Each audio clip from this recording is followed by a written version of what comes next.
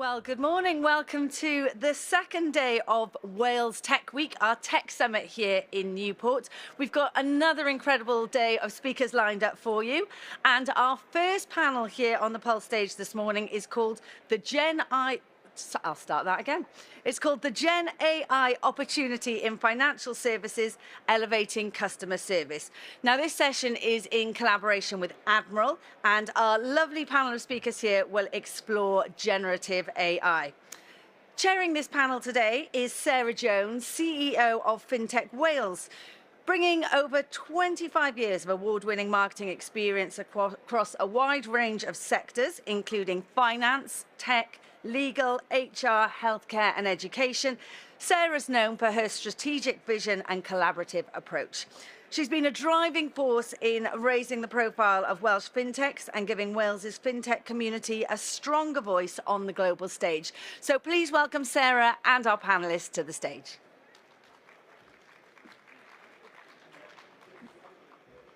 Thank you. Good morning. Oh, hello. I start seeing everyone I know now. I'm a bit short, so can everyone hear us? Yes? Lovely. Well, welcome and thank you for joining us this morning. I'm going to hand over to the panellists to introduce yourselves and then we'll get started on some questions. Yeah, should I go first? So, hi, Wayne Ellis. I'm CIO at Admiral Money. Hi, everyone. I'm David Sullivan. I'm a data director at Starling Bank. And I'm Emma Everard, and I'm head of customer service at Wealthify.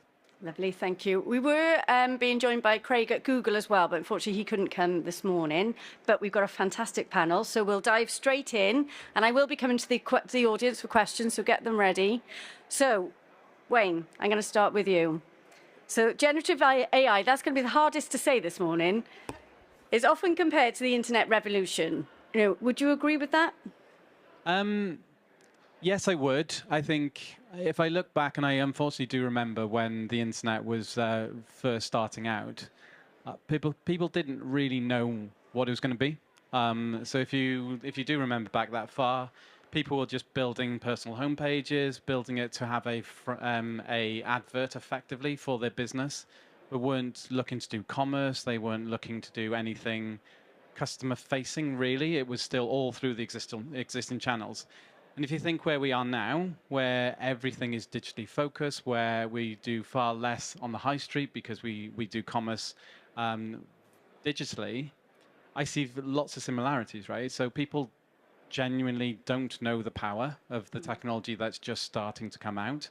The technology is evolving rapidly, the same as the internet was, or the web certainly. The capability was way, way less than it is today because of the investment that went over all those years.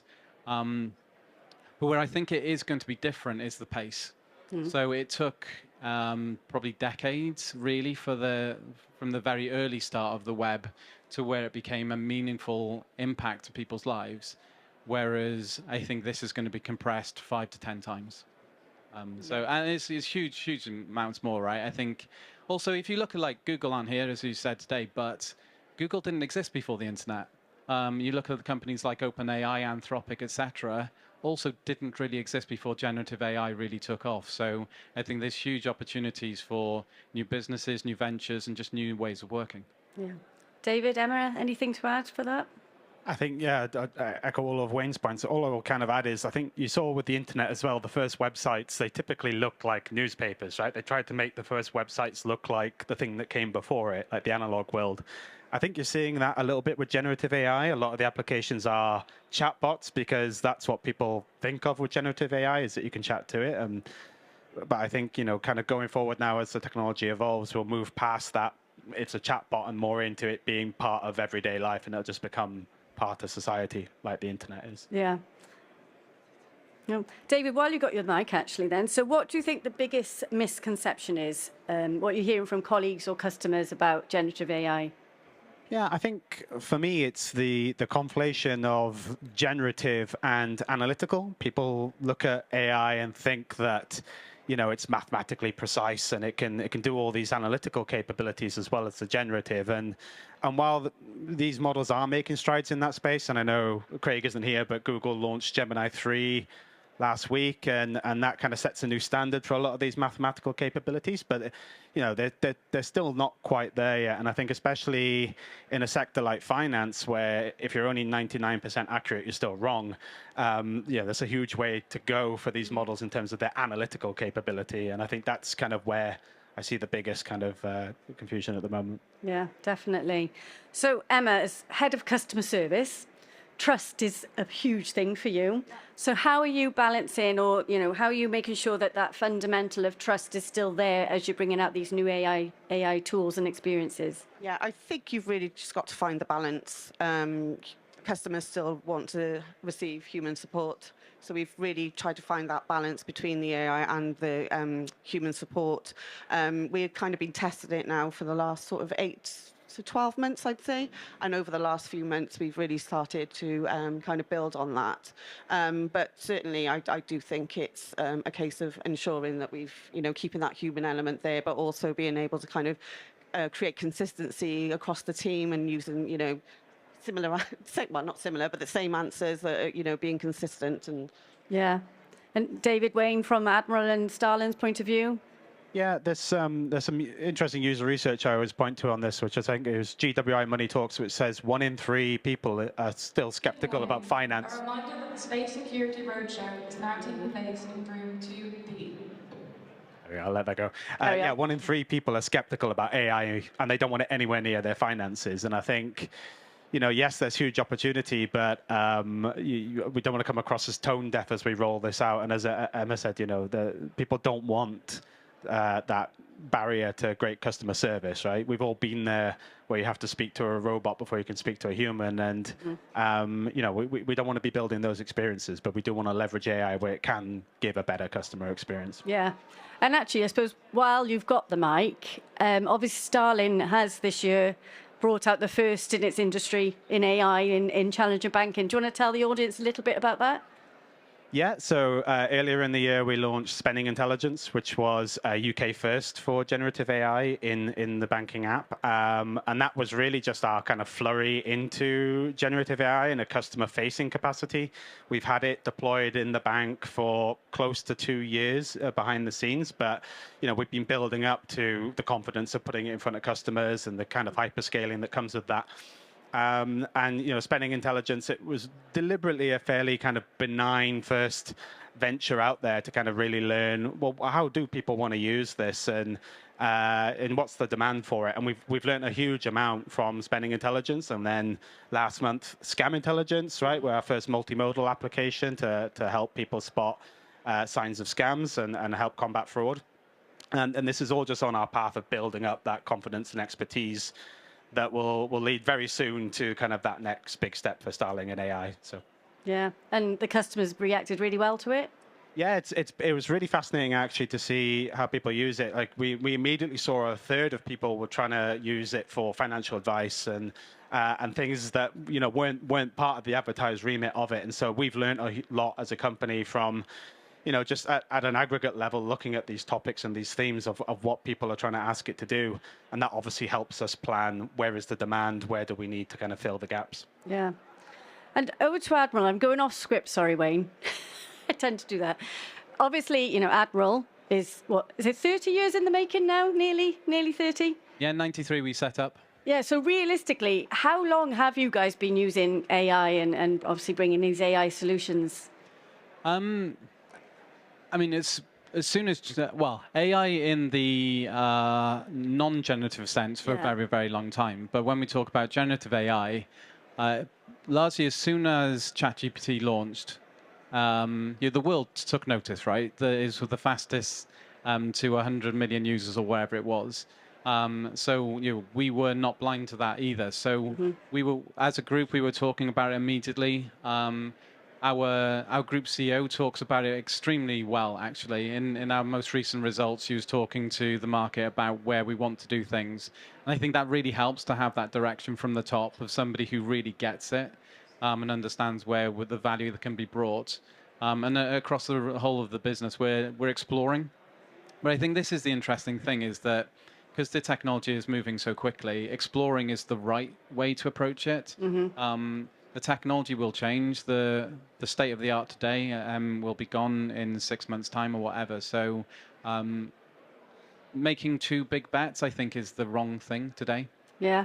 So, we're trying to do as much as we can. I mean, Admiral's known for its great customer service. So the more that we can do to use this technology to just elevate that customer service to the next level again, is just something we really, really care about. You've hit the nail on the head with my next question. It's great.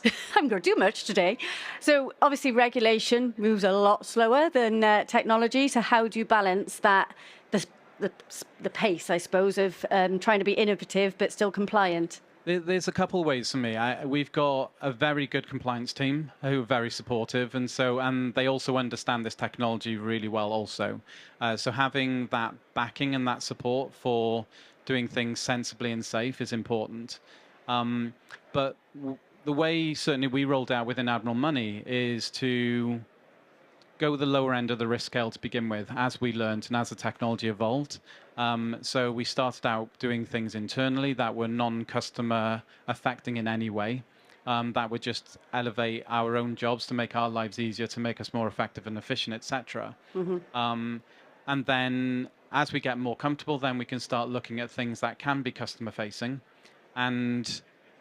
But there are ways to still minimize the risk, right? So this is brand new technology that can do things that raise cyber attack vectors that we didn't used to have to worry about. But if you build them in the way that they interface to technologies that you already have really strong cyber controls against, you've got that strength in depth. So the way I'm trying to approach it is use it alongside the technology that we already know extremely well, that we're already very comfortable is well set up, and then also be very honest with the users, right? So like, if we were going to put something online, we would want it to be very transparent that this is generative AI, that it's a beta, that it can make mistakes, but so can humans. I mean, we talk about hallucination being a really big problem in generative AI, but people get tired. People forget their training or whatever it might be. So, and I go back to the autonomous vehicles debate. I would rather be in a world where every vehicle is autonomous because they crash 10 times less often than a human driver. But as a society, we're not willing to accept yet that machines can be fallible, but humans, it's okay to be. And in the, as you say, the non-deterministic world of generative AI, we have to, I think, as a society, accept that machines will be able to make mistakes because it's non-deterministic. Yeah. No, we had a conversation yesterday about that, didn't we? And it's very interesting. So, Emma, what do you see as the biggest gap between, what you can do with generative, I'm not going to say it again, Gen AI, and what the customers really want? I think at the moment it's probably the sentiment and being able to kind of read that, what the customer is actually feeling. And I think that'll be something that we'll explore in the future. But right now it's very transactional. We've obviously fed that information in. I think we're very earlier stages than Admiral and Starling, but we are obviously still exploring that. But yeah, I think looking to the future, it would be looking at kind of customer sentiment and being able to read like emotion and things like that. So. Yeah, well, there's a company called Cavefish. I don't know if they're in the office, in the room today, but with the emotion of trying to work out how people are reacting to the things. So, and that's the beauty of this panel, is there's levels of the business, where you are in the business right now. Yeah, it's anyone very exciting. Yeah, sorry, can you hear? I'm going to put this over here. So, David, Wayne, want to add to any of the big gaps? I think, just to double down on Emma's point, I think, what humans are great at that AI can't do is show empathy, right? And so I think from what GenAI is capable of doing, like, yes, GenAI could automate your entire customer service interaction, but it can't show that empathy and kind of help customers when they need it, right? And so I think for us at Starling, that's led to, we want GenAI to take up as much of the back office work as possible so that our people can spend more time talking to customers, which is what they're great at, right? So it's augment, not automate. We're not trying to reduce the size of our contact center, but we want them talking to people more because that's where they really add the value. Yeah. The only other thing I'd say is it will change. Customer expectation will change. If we talk about the beginnings of the internet, can you remember when people did not like putting their credit card into the internet because they didn't think it was safe? Now we're in a world where you would not want to give your credit card to a human because they could write it down. And the internet is safe, and the whole PCI compliance and all the rest of that is set up in a world where you only trust the computer to look after your data. So where we are today, what customer expectation will be for the future, will definitely change. We see, or we hear at least from like OpenAI, that the different generations, so Gen Z, will be much more preferable to interact with a computer or a Gen AI than humans. So I think I back everything these guys have just said, and I think that is true where we are today for sure. What I'm always keeping an eye out for is how that will evolve in the future. And I don't know the answer because it's moving so fast. Well, my next question is that question, so I hope you have an answer. Please. No, so we're like looking ahead. What do you think will be most transformative with what we can do with Gen AI in the next 3 to 5 years? I mean, definitely my favorite technology at the moment with generative AI is speech to speech. Because I think there's an expectation, certainly because of the way OpenAI launched ChatGPT, that it was a chatbot. And that looks so impressive to begin with, but it's become, I feel, almost so what? It's just another chatbot. And then with speech to speech and being able to do things where people can interact with it in however they want to, whether it's when they're driving in the car, they can just talk to it or whether they actually want to phone a business and then talk to somebody. But by being speech to speech, it can be 24/7 available. The technology is already there, and it's incredibly impressive. And I just think it will go from strength to strength. It's a lot of the other technology is also looking very interesting, but that for me is the one I'm keeping most an eye on. Yeah. David? Yeah, I'd certainly double that. I think that's somewhere where, like, I know we all use different AIs in our day-to-day life. It's like Gemini, for example. You can have that speech-to-speech conversation with Gemini, and it really feels like it sets itself out from the rest, and it's just such a more fluid experience. But I think for me, over the next couple of years, it's going to be kind of agentic AI and where that goes. And I mean, to the point Wayne was just making about how we spend our money, Google recently announced this new initiative called the Agent Payments Protocol, AP2, which is a protocol to basically, how can AI agents sign mandates around and make autonomous payments? And Starling has signed up as a partner to build that technology. And I think over the next few years, while there's a lot of skepticism today, again, Gen Z have already signaled, and you look at YouGov polls, there's a very high kind of appetite for AI amongst that population. And so I think that's why you've got to be laying the foundation of that technology today so that it's ready and available when people are ready to use it. And I think for me, over that 3 to 5 year period, agentic payments, the way we kind of describe it is, you want to buy Metallica tickets and they're going to come on sale next week. You don't have to be waiting in line hoping to be the first one there. You can just instruct your AI and say, look, I'm willing to spend £200 on Metallica tickets. Go get them for me when they're available. And you sign that mandate a week before. And then as soon as they come online, if Ticketmaster has an agentic AI, for example, they could just make the transaction on your behalf. I think that's... I wish we had that when the Oasis tickets came out. Might have helped with the Oasis tickets, yes. But I think for me, kind of, there's a lot of trust barriers to get over there. And it's certainly not something we're looking to really rush with, right? We've got to get that right. But I think over the next few years, that'll really transform kind of money and how we all spend our money. Yeah. Emma, anything there? No. So moving on. So I suppose we've said it adapts so quickly. So, something we're working on now could be gone in 6 months. 6 months' time is, that's old news. So how do you plan for that? How do you make sure that all your, processes and efficiencies are adaptable to quickly change? Yeah, I've got the mic. So I guess for us, it's we start just by creating a very kind of pro-AI experimentation culture at the bank. So, we create this safe space for people to experiment with the latest state-of-the-art models. And, we set up all our training and governance around that so that nobody's surprised when Gemini 3 launches and we're already trialing it at the bank, right? That's... yes, you need to get the risk appetite balance right and work with the risk functions, but certainly nobody at Starling is shocked to hear that we're already trying Gemini 3 at the bank, right? And I think that's kind of where you need to be to keep up with the pace of change of these technologies. Is not every technology you try is going to make it through to production, but that's okay. And you need to kind of embrace that culture of some of these things will fall by the wayside, but the stuff that really has value will find the momentum and carry on. Mm-hmm. We've actually got a AI working group set up, which I've got somebody here actually in the audience today. He attends that session every couple of weeks. So we also have a fortnightly all hands where we present also, what's been happening in that AI group and what's next. So we're very much just talking about it all the time at the moment and implementing different processes within the teams and yeah. Lots of collective voices and collaboration. Yeah, Definitely.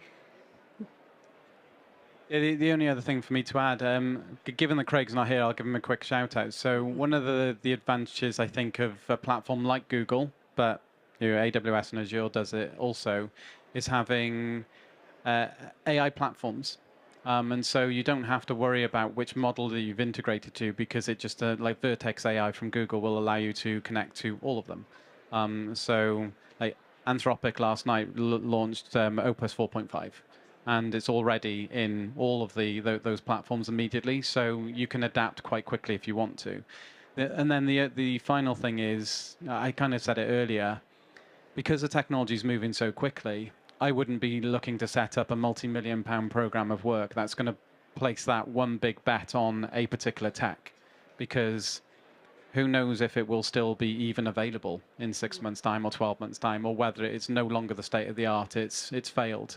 So I'm much more interested in learning rapidly, sharing as much knowledge across the team as we possibly can, which is similar to what these others have said, and then make sure that we can just rapidly evolve. So when something new comes out, we're willing to try it quite quickly, and be comfortable that our architecture is just going to be constantly evolving. It's just, you can't be in a world where you can set out a 5-year vision of what your AI estate's going to look like, because good luck. Yeah, definitely. So I will be heading out to well, not me personally, but we will be heading out to the audience shortly for some questions, so get them ready. But before we do that, something from each of you. What are you most excited about, whether it's from your business or just your professional journey of what's to come? Yeah, I'll start. So I kind of mentioned it earlier, but so speech-to-speech and agentic as well. I think those two things combined can just make for a really powerful, all-encompassing experience for both customers and in personal life as well, to just make life just more easier, more enjoyable, etc. Mm-hmm. For me, I think, coming back to, again, agentic and also initiatives like, the agent payments protocol, like, those kind of fundamental changes in technology that change the way society interacts with money. I think building that out over the next few years is hugely exciting. And just generally the pivot towards agentic, a lot of the initial GenAI applications at the bank required a critical amount of engineering effort to get going every time, right? And quite a large investment. Whereas the technology's come such a long way now with the platforms that Wayne just talked about, all the major cloud platforms, that it's become a lot more modular and plug to play. So, adding new capabilities doesn't take 6 months anymore. Mm-hmm. We can turn around new capabilities in a matter of weeks, which I think is really exciting. Yeah. Just for the pace and fluidity of how this is all going to be built out. Mm-hmm.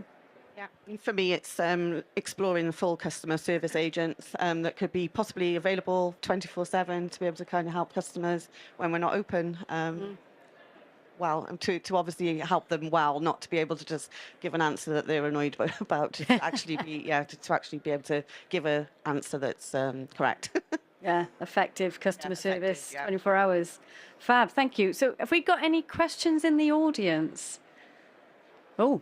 Shots right. You got my eye first. Have we got a microphone coming round? Hi. I've got 2 questions, actually. My first question is not for anyone in particular, but are you building your own AI models and agents, or are you taking them from third parties and then making them work for your organization in the way that you want? Happy, I could take that first. I got the mic. A little bit of both. So we've really invested heavily in the capability to fine-tune our own agents and what we called SLMs, or small language models, as opposed to large language models. I think coming back to the point earlier of, even if your model's 99% accurate in finance, that's still wrong. With agentic AI, there's a challenge of multi-turn interactions with these AIs. The error just falls, your accuracy falls off a cliff, basically. So if you're just using generic large language models, they're good for your kind of starting off queries. But when you really want an AI that can do something very specific, I think you have to, as an organization, have that capability to be able to fine-tune your own models and really get that experience right. So we're doing a bit of both of that. My second question was just around the data that you're using to put into all of the GenAI efforts that you've got. How are you making sure that the data that you've got is fit for purpose for what you're trying to achieve? Because it's changing all the time, right? I mean, I have a lot of debate about this, so I'm not going to say that I'm right. So hopefully someone disagrees with me. Because predictive AI, the data was fundamentally important, especially if you're training the models yourself. If you're working with large language models, given that they're non-deterministic and it's language, right? Language is inherently ambiguous. I think it's much more difficult to expect to have perfect data when using large language models, and it's okay. I mean, that's what large language models are good at, is take, how many of us have used large language models and written a sentence that has got spelling mistakes and it still just knows what you're trying to say and then figures it out anyway. And so I think you can get away with the data being of lower quality, but it's, if you give it a standard operating procedure, for example, and expect it that's 10 years old, is completely out of date, and then expect it to come out with the right answer, then obviously it's going to be wrong. So I think the data needs to be correct in a very different way to what I used to have a conversation about the quality of data when we were purely in a data science world. I'd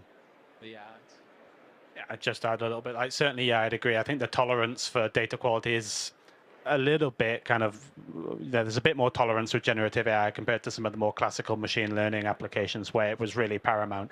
But I think for us, it's just really this journey of, from pilot to production, we, as we said earlier, kind of really embrace the internal applications first and really learn the trade and build out a lot of the metrics that give you the intuition of when that final model's performing well. And I think with generative AI, a lot of those metrics are lexical in nature, so it's more challenging than with traditional machine learning. So you need that time to really build up that intuition of when these things are working. But I think the internal applications really help you with that and really help you hone in what is good enough in terms of data quality and how do you get those pipelines right.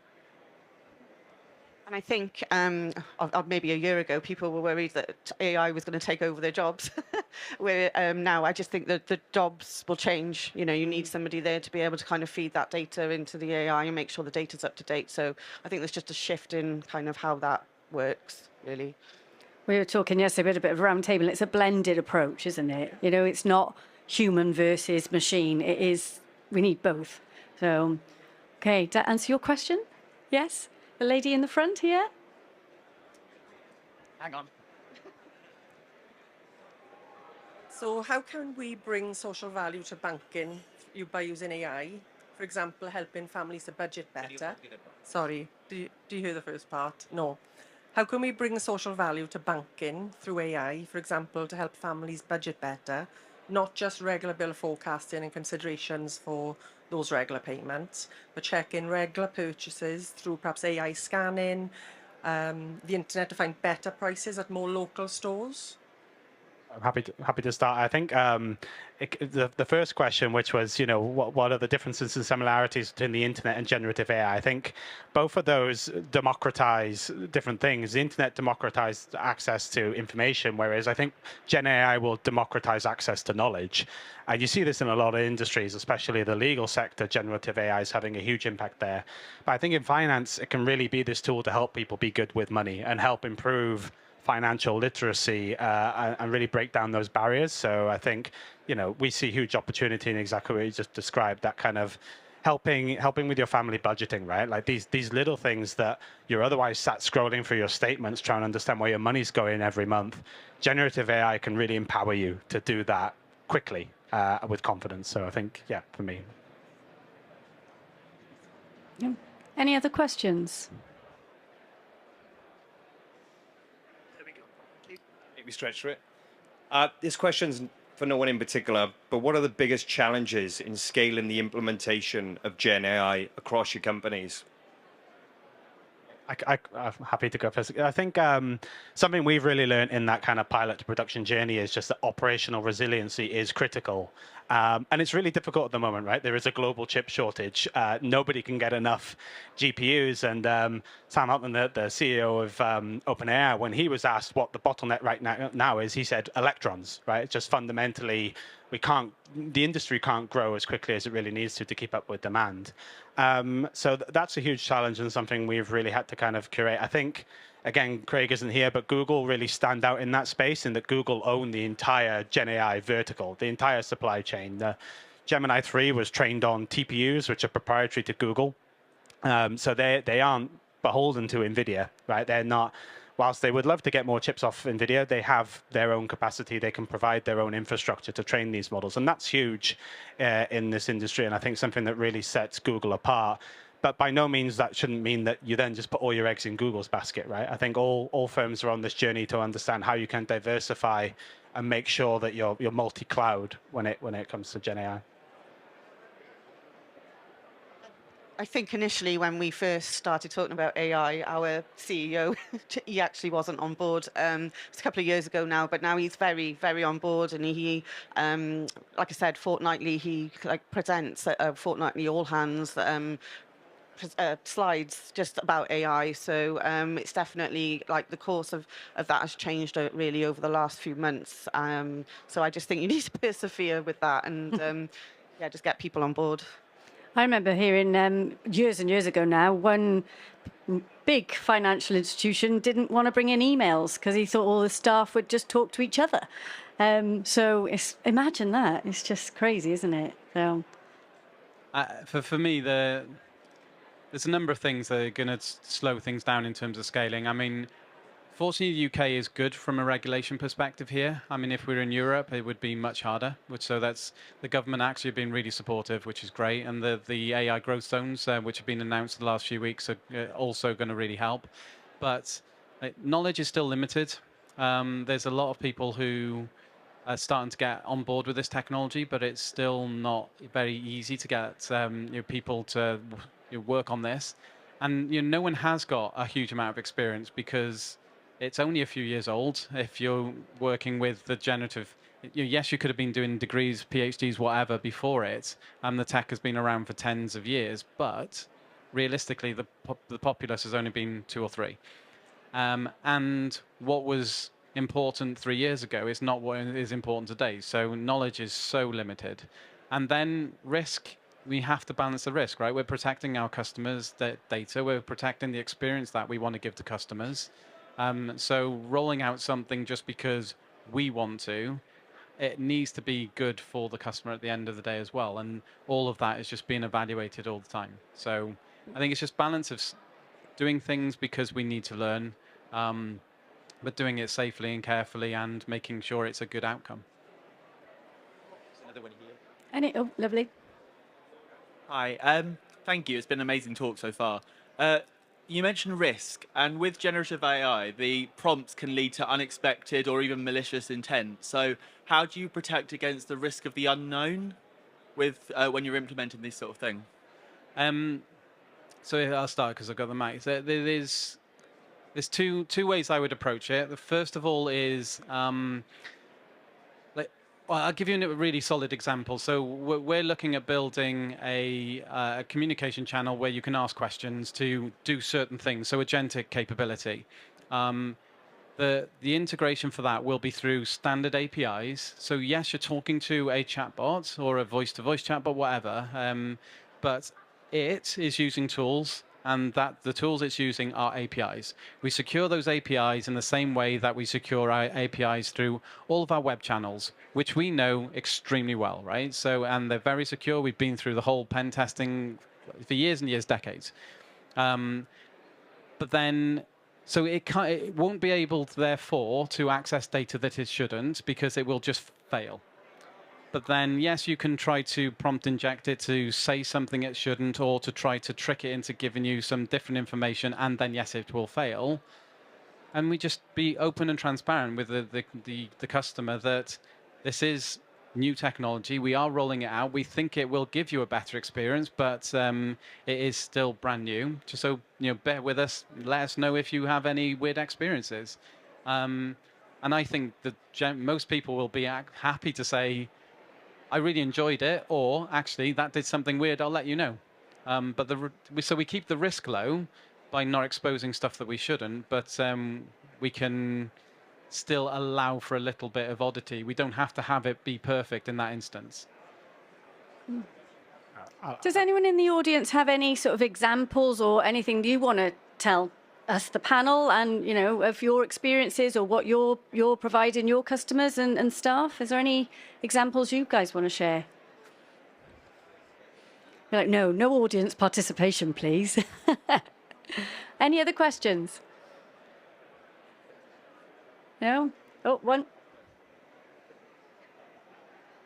Could hold it straight. Hi. I would like to ask how the regulatory... Hi, can you hear me now? Okay, sorry. I'd like to ask how the regulatory environment embraces the AI, especially in finance and banking. The onboarding process is a pain. And you mentioned about the agentic workflows, but I still feel that the regulatory environment is still very strict on the KYC, KYB. So how far away are we from achieving agentic workflows to be embraced by the regulations, and not just in the UK and Europe, but abroad? So being able to using agentic workflows to onboard everyone all over the world without making sure that we, adhere to the legislations in different jurisdictions. By virtue of the mic, I'm happy to take it. I think, KYC will always be a strict area, but I think in the UK, the FCA in particular has had a very kind of tech-positive approach to AI, right? Likewise, the UK government is taking a very tech-positive approach, and we've been really encouraged by things like the FCA AI sandbox that they've launched, right? And they've been able to partner with NVIDIA and provide access to that infrastructure to allow firms to experiment with these technologies. I'm part of a few discussions at the industry level with UK finance and talking to the regulators. And the kind of conversation at the moment is the regulators don't really feel like they need to bring in additional regulation to control generative AI and AI as a whole, right? They think the tools are already there. There's discussion of whether we need things like a definition of agentic AI at the regulator level to help firms have clarity on what is agentic. But that conversation is ongoing. And I think at the moment, the hesitation isn't necessarily due to the regulators, but it's more just the industry as a whole kind of grappling with their risk appetite of how they want to roll out these technologies. In terms of when I think you'll see agentic AI in banking, very soon, maybe not in the KYC space, but I think you'll see over the coming months a lot of banks launching agentic workflows that really start to tease out where it fits into the product and where customers are willing to adopt it. Any other questions? Oh. Sorry, I've just arrived a little late, so excuse me if you've already answered this question, but I'm interested in your AI literacy program in terms of, because obviously responsible AI just isn't about the technology developments, but also how you're making sure that your employees are on that journey with you as an organization. Yeah, I'm happy to go. So we've got a number of things. So we've got a group function very focused on AI, and they're incredibly capable team. So they have rolled out a responsible AI framework, which I think they won an award for recently because it was recognized as being quite a significant step forward. And then our data analytics area, who already have a great data academy. They're not overall responsible for GenAI in the whole, but they've really been pushing that education piece across the entire business, because for me, education is hugely important. There's so little understanding at the moment, I think, in the general population of how far GenAI can go. People are, in my opinion, still using it as if it is just ChatGPT that was launched 3 years ago. So the more that we can do to educate, the more value that we get out of it, and the more correct usage we get from it as well. But like I say, the responsible AI overlay to it as well keeps us all protected. So like I say, when I'm working on generative AI use cases, I know I've got strong support always there. That way, if I ever worry that maybe we're going too far, which I don't think we ever will, because we are quite low risk approach, but I never have to worry, because I know that if I ever considered going a step too far, the responsible AI team are right there and keeping an eye on what we're doing. The data protection teams are very close as well. So, but we have a really good organization whereby people are extremely collaborative. And that collaboration, meaning that it's not one person or one group of people in a silo working on this thing, it is a whole business, a whole company initiative. It becomes really important to solve that problem. Okay, there was one more hand up, I think. We've probably got time for one more. Yep. Yeah, thanks for everything you've said so far. It's really interesting. I don't know if I'm talking sense or not, but if we think back to the kind of technology kind of landscape in terms of Microsoft Word and Publisher, when Microsoft Word came out, people wanted to move pictures around a bit more, so they enhanced Microsoft Word, made it a little bit more like Publisher, and Publisher needed a little bit more kind of spell check things, and ultimately they kind of progressed to be pretty similar products. Is there an inflection point, do you think, where generative AI will start to do more of the agentic stuff in terms of helping you achieve your outcomes, and more of the agentic stuff as it is today in terms of manipulating APIs to work together relies more on large language models to interact? Do you think there's a point where they will just become much of the same in terms of the user experience between the two? I mean, I don't see a huge difference between generative and agentic anyway. Agentic is, for me, is just a way to use generative AI in a way to, I mean, ultimately it's generative AI using tools to produce an autonomous outcome. But it is still, at the core of it, it is generative AI. Otherwise, it's just automation in the traditional terms of automation, right? So, but it is right to call it out, because agentic AI has become the buzzword and it's become overloaded quite significantly. And it's not, people have different opinions on what agentic actually means. So I think my answer to you is yes, they will diverge, because they already are. I don't, like I say, I just don't see a strong distinction between the two, other than you can use generative AI in a non-agentic way. They just add a little bit to that. I think there's a couple of popular emerging frameworks in the AI space. You look at Model Context Protocol for how AIs interact with tools and APIs, and you have A to A from Google of how AI agents interact with each other. I can't remember the name of it, but there is an emerging framework now for how AIs interact with like UI elements, right? And so that is something that's coming, and I think that'll enable kind of what you've just described of agentic moving from just pure tool calling to actually generating some more interactive UI and actually driving that experience at the source. So I can't remember the name of the framework, but there is one emerging, I'm sure. Fab, thank you. Well, I think that gives us time to wrap up. Before I hand the mic over, if anybody did come to see Google, and particularly Craig, do let me know, because I can introduce you and he'd love to have a conversation with you all. So but I will hand the podium over.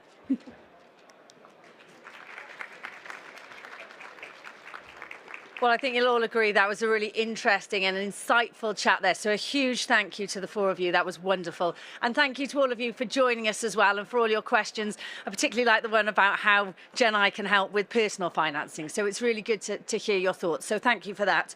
The next session here will be at 11:15, so I hope you can join us for that.